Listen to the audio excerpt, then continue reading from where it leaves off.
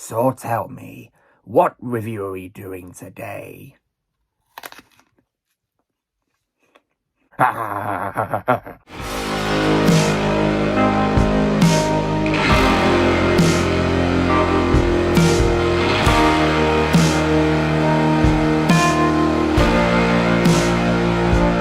Hey everyone, Lucamus Prime here. So it's time for the next review in my franchise reviews, of course, for a franchise which is Pirates of the Caribbean. And today it's going to be a special one because not only, of course, am I reviewing what is the second installment of the franchise, but also what is my personal favourite of the franchise.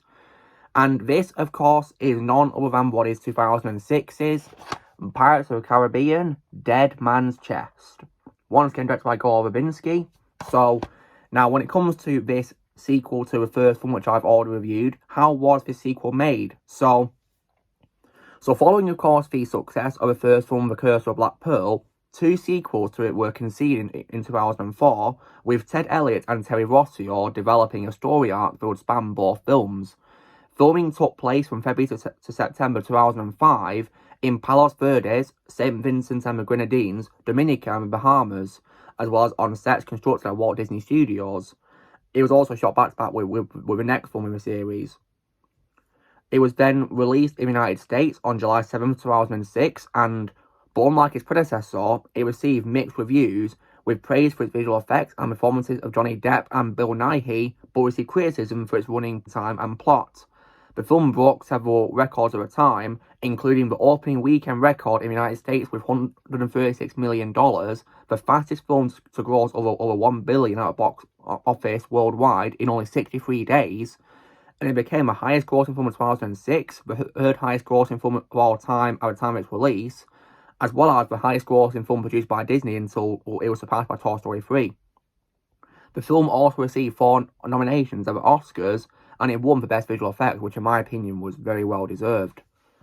When it comes to my reaction to this film then, so I of course binge watched the franchise on Amazon Prime about 3 years ago in 2021, and when I saw this film, compared to the mixed reviews this film got, I absolutely loved it.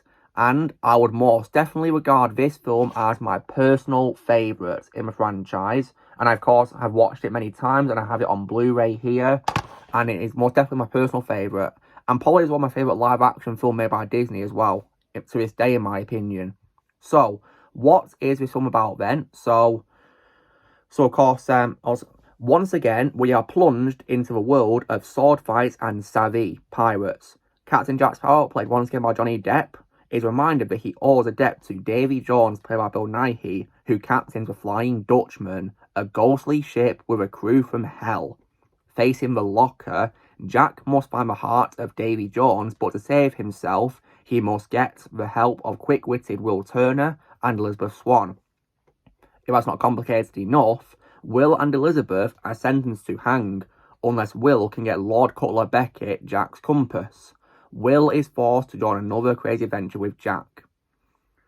So, now, when it comes to what I think is great about this film then, so I definitely think once again it has a really amazing cast who give great performances in this film. So, Johnny Depp, of course, returns as Captain Jack Sparrow, and just like the first film, he once again gives an absolutely phenomenal performance as Jack. To this day, it's my favourite role of his, and his performance in this was amazing. And he made him such a funny, badass, likeable character, and just really did an incredible job playing Jack once again. And I especially as well love how in this film he also improvised several scenes. For example, the scene where he called Davy Jones fish face, which was really funny. And then also as well the scene where he's singing the song, I got a jar of dirt, I got a jar of dirt, and guess what's inside it?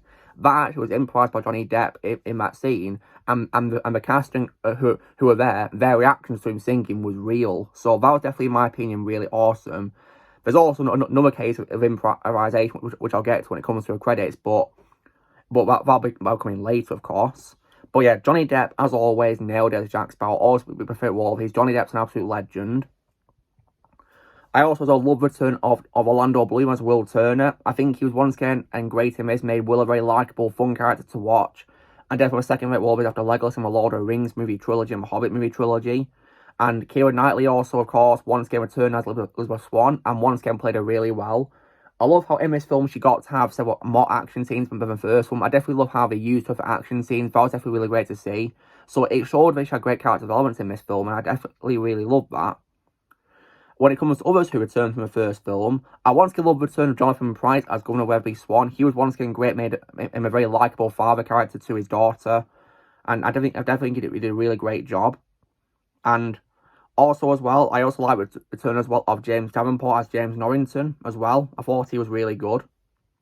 And I like how in this film he joined the Blackpool's crew to regain his honour and career, so I did like that about him. When it comes to a crew, I definitely really love the return of Kevin McNally as Gibbs.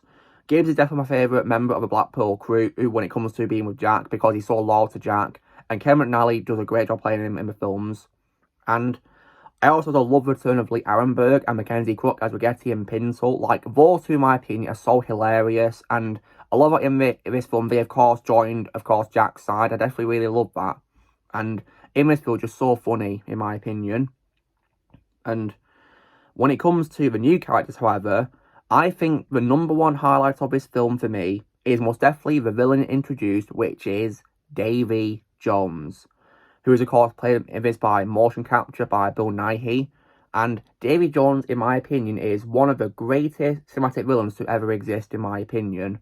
And I also regard the character as probably my third favourite motion captured character of all time, behind Gollum from the Lord of the Rings and the Hobbit trilogies, and Thanos from our cinematic universe, because Davy Jones, in my opinion, is just a phenomenal villain. In my opinion, one of the best villains of all time, and definitely my favourite antagonist in the franchise, absolutely.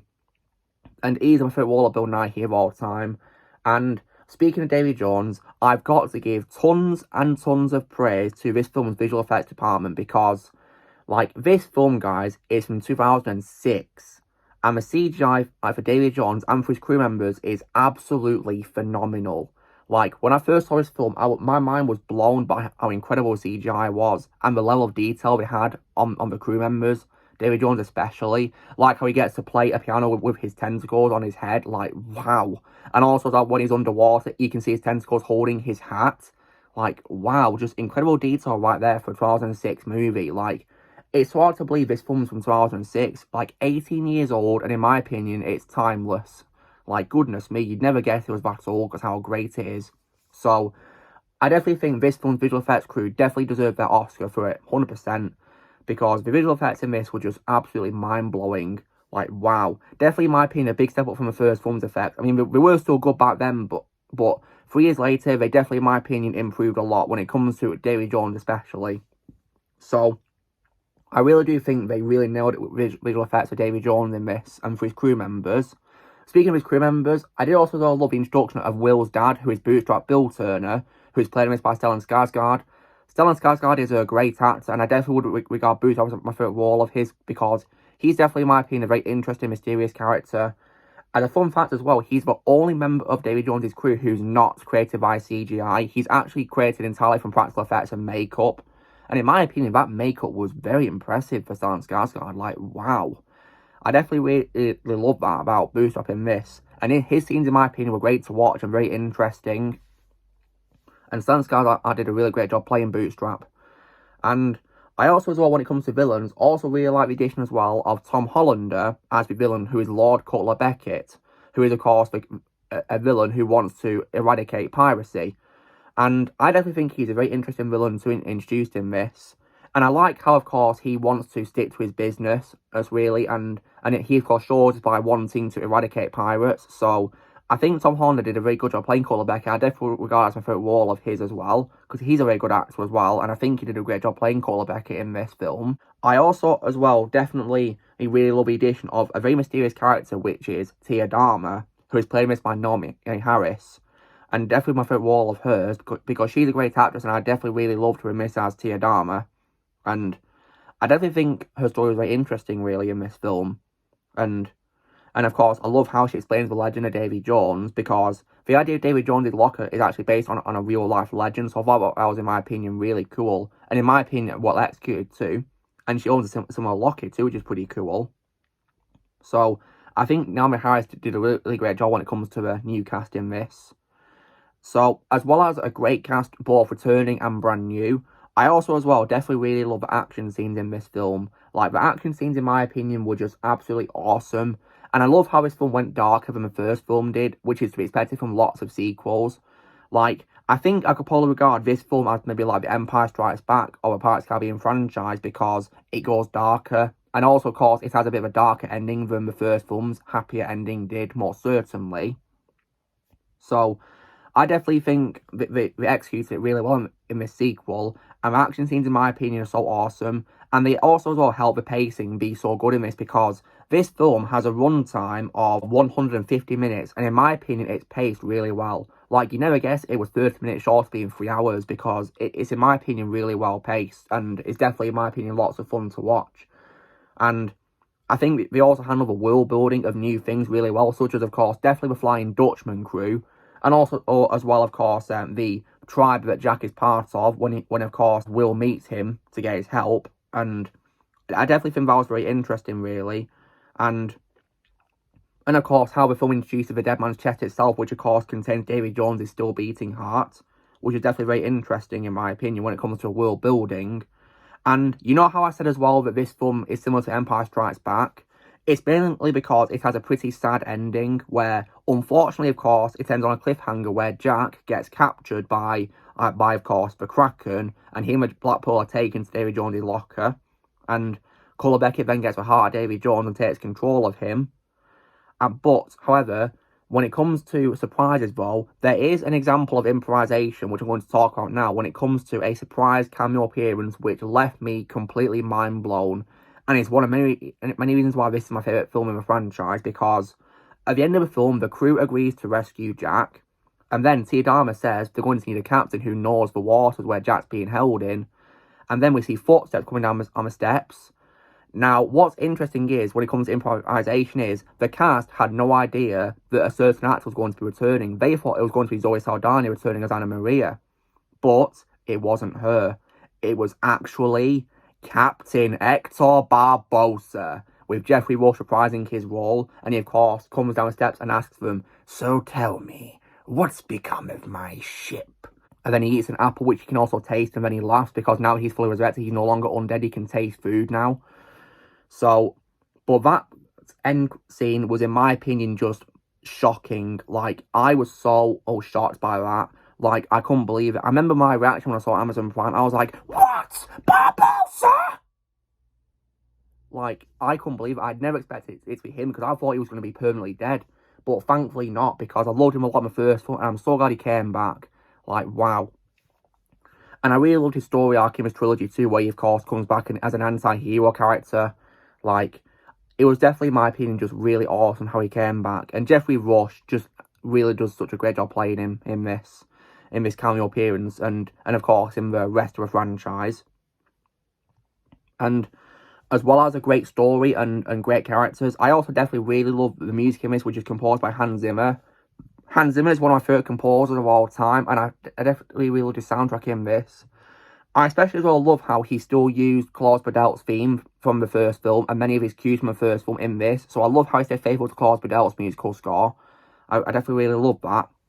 And yeah, this film is just how you do a sequel. I definitely would regard it as one of my favourite sequels of all time. And I think it did a really great job setting up the next film, which to me, of course, is the end of the franchise, because I like to pretend this is only a trilogy, not 5 movies, just 3 only, as far as I'm concerned. This film definitely really did a great job setting up more to come, and definitely made me really excited for the 3rd movie. So, but nonetheless, well, this is definitely my favourite in the franchise, and it's always a pleasure to watch whenever I watch the trilogy, because whenever I do a marathon at the films, guys, it's only the trilogy, no more, no less, as far as I'm concerned, because to me, this swashbuckler franchise, all were best as a trilogy, just 3 films alone, as far as I'm concerned. And it's definitely, in my opinion, one of the best sequels ever made, and it's definitely my favourite film involving pirates, and definitely my favourite Disney live-action movie of all time as well. So, when it comes to how I would score this film out of 10, guys, because it's my personal favourite in the franchise, and I love everything about this movie, from the great cast, and the villain, and the visual effects, and the story, and the musical score, like, I would definitely give this film a full-blown 10 out of 10. To me, it's an absolute masterpiece. And I can't recommend it enough if you love the first film and you want to see what comes after it. because it does a really great job continuing on from the first film. And so, anyway, guys, this is me doing my review of Pirates of the Caribbean Dead Man's Chest, my personal favourites in the franchise. So, you know the drill, guys. Be sure to give this video a like. Also, be sure to tell us all in the comments what you guys think of Pirates of the Caribbean Dead Man's Chest. If you've seen it, leave in the comments below. Also, be sure to join Team Prime by pressing subscribe and videos coming in the future. And Pirates Life for me, savvy.